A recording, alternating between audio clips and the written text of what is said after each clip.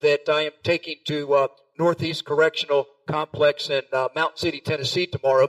That's why I'm visiting Don today. It's about 2.5 hours away from there, so I figured I'd drive the 8 hours and hang out with Don for a little while. But I sent you some books this week. I sent you Thought for the Day, and I sent you Outwitting the Devil. And so you told me that these library of books that I've got laid out in front of Don right now, and he sees the books that I'm taking. I'll mention those later. But you told me that no, they don't even realize what this gift is. You called it, what did you call it yesterday when we talked? A treasure chest. It is a treasure chest. People, I'm frustrated with the amount of time I did and the fact that I used that time to educate myself. I realized that education was the key. But these books aren't widely available because nobody really goes to the library looking for these books, but because they're unaware of the information. That's what I said. I'm going to say one more thing, then I'm going to let Don say something to you, and then I'm going to thank you. Don, we text and message and talk on the phone. He is doing everything right, restoring his driver's license, going for the training, checking in with the parole board all the time, doing everything he can. And he's just amazing. I'll tell you more at another time. But the two things that Dwayne has done that mean the most to me since I've known him.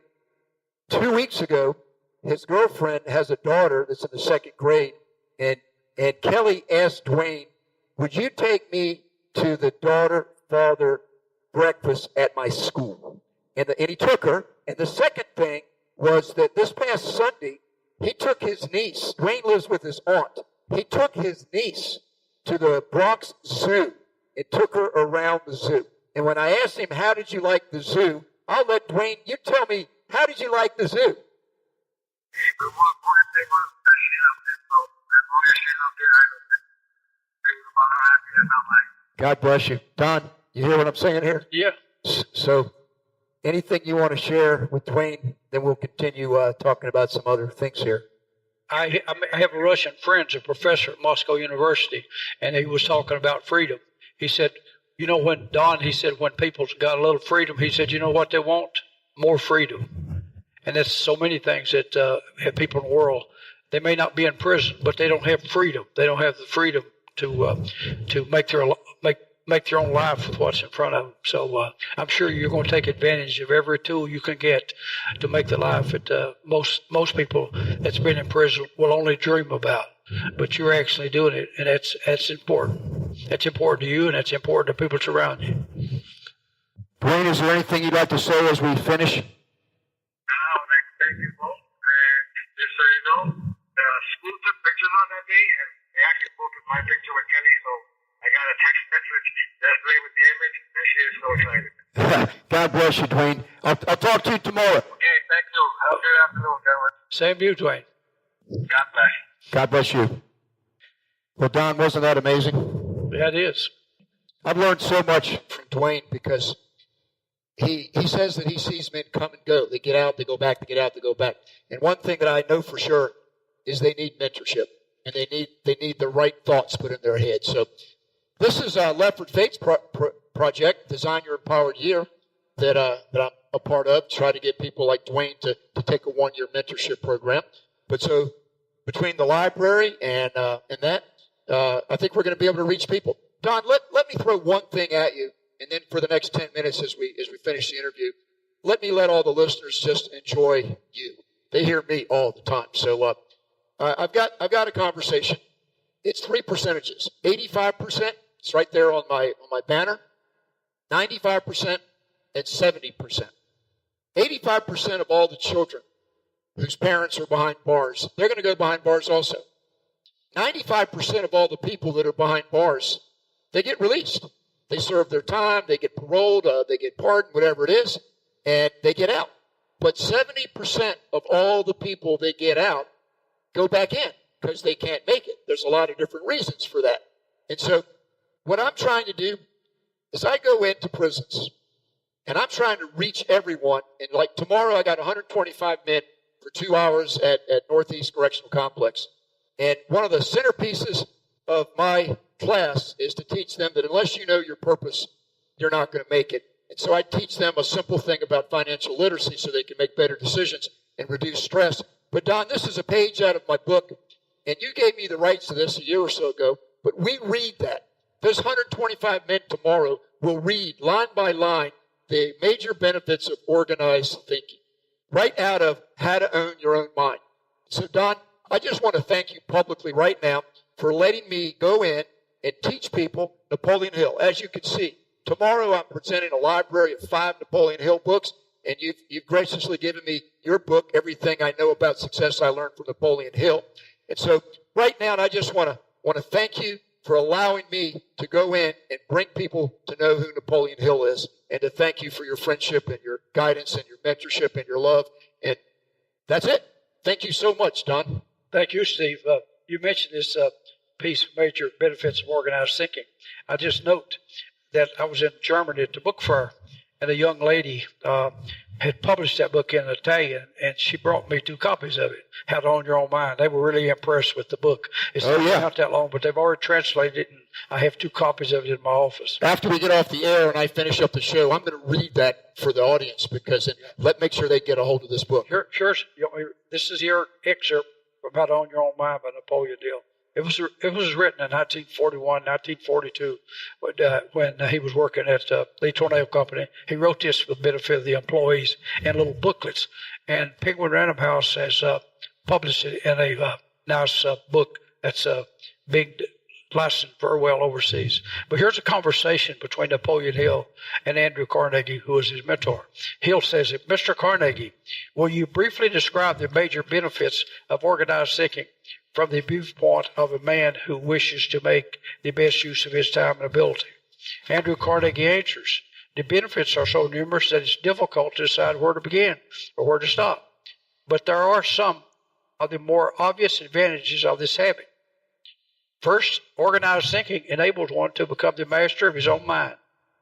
This he accomplished by training his faculty of will to control his emotions, turning them on and off as the occasion may require. Organized thinking forces one to work with definiteness of purpose, thereby enabling him to set up a habit that prohibits procrastination. It develops a habit of working with definite plans instead of blundering ahead by hit or miss method. It enables one to stimulate the subconscious mind to greater action and more ready response in the attainment of desired ends, instead of allowing the subconscious mind to respond to the tramp thoughts and destructive influences of one's environment. It develops self-reliance. It gives one the benefit of the knowledge, experience, and education of others through the medium of the Mastermind Alliance, which is an important medium for use by all able thinkers. It enables one to convert his efforts into greater material resources and larger income, and since an organized mind can produce more than one that is not organized. It develops the habits of accurate analysis, through which one may find the solution to his problems instead of worrying over them. It aids in maintaining sound health, because mind power that is organized and directed towards the attainment of desirable end has no time to be wasted in connection with self-pity or imaginary ailments. Idle minds tend to develop ailing bodies. Last but no means least, organized thinking leads to peace of mind, and that form of permanent happiness which is only known to the man who keeps his mind fully occupied. No one can be either be happy or successful without a planned program for the use of his time. Planned programs are based on organized thinking. As I have stated before, the brain is something like a rich garden spot in that it will voluntarily grow a fine crop of weeds if it is not organized and kept busy growing a more desirable crop. The weeds are represented by the stray thoughts that take possession of the unorganized, idle mind and results of one's daily environment. Study this list of benefits carefully, and you'll reach the conclusion that any one of them offers sufficient reward to justify all the effort one puts into organizing his thinking habits. The sum total of all these benefits represents the difference between success and failure. Success is always the result of an ordered life. An ordered life comes through organized thinking and carefully controlled habits. That's why I chose that page. As you could expect. Yeah, it is. I picked that out of that book. So Don, we only have a couple more minutes, I think. Thanks for your time. What I was saying is that the goal is to go into prisons and for me to expose people to the thinking. And I've said many times that the three most influential, important books in my life is the Bible, number one, Think and Grow Rich, number two, and Outwitting the Devil. But every time I get a hold of another Napoleon Hill book, they're all saying the same message. So Don, when this book came out a couple months ago, The 5 Essential Principles of Think and Grow Rich by Napoleon Hill, you sent me a copy of it, and it came at just the perfect time. And I did a show. I recorded it the next day after I read it that night, and I did 3 shows in a row on it. The first show was I just shared as much of this book as I could, and I intentionally didn't do too much editorial. I let Napoleon Hill speak. I said he's the greatest there ever was, so let's hear what he has to say direct. I shared a lot of the book. I told him where they could get it and how important it is. The following week, my wife came on and interviewed me. She threw me some questions because there are some principles in here that she wanted to follow up on. One of the ones that she wanted to follow up on was basically, can you have more than one major purpose? And so we covered that. And then the third thing was, I was talking to Lefford Fate, which I introduced to you, and he came in this very room, and he's still smiling over being able to hold a copy of Outwitting the Devil, the original manuscript and the red cover with the gold lettering that's worth over $300,000. But Lefford's got a beautiful program. And when I told him that I was going to do a show coming up soon on the final principle that was in the 5 essentials here of the 6 ghosts of fear, he said, when are you going to do that? And I said, sometime soon. I said, why? Do you want to be involved? He goes, that's my life story. So we did a whole show that was called The Ghost of Poverty, the fear of poverty, the main ghost of fear, the fear of poverty, my life story. So I dedicated 3 shows in a row to this book, and now I'm sitting here with you in the sanctuary, Napoleon Hill, and I just want to ask you, is there anything about this book? Now I know you're very modest, and you were instrumental in compiling this book. But last night I went on Amazon and did a review, and I basically said it's so wonderful that Napoleon Hill is so concise and condensed in this volume to get people started, and that you've got to read it. It'll change your life no matter where you already are. It's nothing but truth in here. So Don, can you speak to anything you want to for the next 5 minutes as we end this interview? Well, that little book, Steve, it reinforces what I tell especially the young people. Knowing the material, like education, think of it as like a bridge. It just simply takes you from where you are to where you would like to be. Just that simple. It's a bridge. It's a means of transportation to take you from where you are to where you would like to be in life. And this is the way we get there, by using the right material, making the right decisions. And so what I tried to do was condense Hill's stuff into the 5 most important principles. And of course, the ghost of fear being the last one, because if the fear of poverty is great. I could talk on and on and on about it. You know, many people contact me and they say, Think and Grow Rich is not about money. And I said, well, you need to go back and read the book, because the original issue, which I've reproduced, he wrote up at the top, for men and women who resent poverty. He states that in the book. He said he wrote the book for the millions of men and women who were living in poverty and fear of poverty. So either one of them, if you're already in poverty or you fear of your loss of a job, fear of bills, sickness, or what have you, it can run your life, and not only your life, all those people that you're in contact with, it has effect on.